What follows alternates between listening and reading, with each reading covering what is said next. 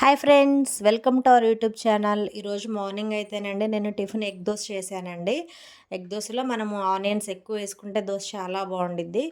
Summer అయితే start అయింది కదండి, అందుకని పిండి బాగా పులిసింది. పిండి బాగా పులిస్తేనే దోశలు అనేవి బాగా వస్తాయి, అదేవిధంగా టేస్ట్ కూడా సూపర్గా ఉంటాయి.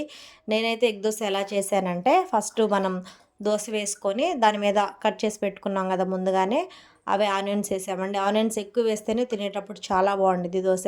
నేనైతే 2 ఎగ్స్ వేసానండి. అదిగోండి, ఆనియన్స్ వేసి దానిపైన 2 ఎగ్స్ వేసి కొంచెం ఆయిల్, తర్వాత మాడు కారం వేసానండి. ఈ కారం వేస్తే మనం చట్నీ లేకపోయినా అదే చట్నీ లేకుండా కూడా తినవచ్చు. టేస్ట్ అయితే చాలా బాగుండిద్ది. తర్వాత 2 పక్కలా కాల్చుకోవాలి, అంతేనండి. ఎగ్ దోశ అయితే చాలా సింపుల్, టేస్ట్ కూడా చాలా బాగుండిద్ది. దీంట్లోకి కాంబినేషన్ వచ్చేసి పల్లీ చట్నీ చేశానండి. అదిగోండి, వేడివేడిగా ఎగ్ దోశ పల్లీ చట్నీ అయితే రెడీ అయిపోయింది. అంతే ఫ్రెండ్స్, ఈ వీడియో కనుక మీకు నచ్చినట్లయితే తప్పకుండా లైక్ చేయండి, షేర్ చేయండి. మర్చిపోకుండా మా ఛానల్ని సబ్స్క్రైబ్ చేసుకోండి.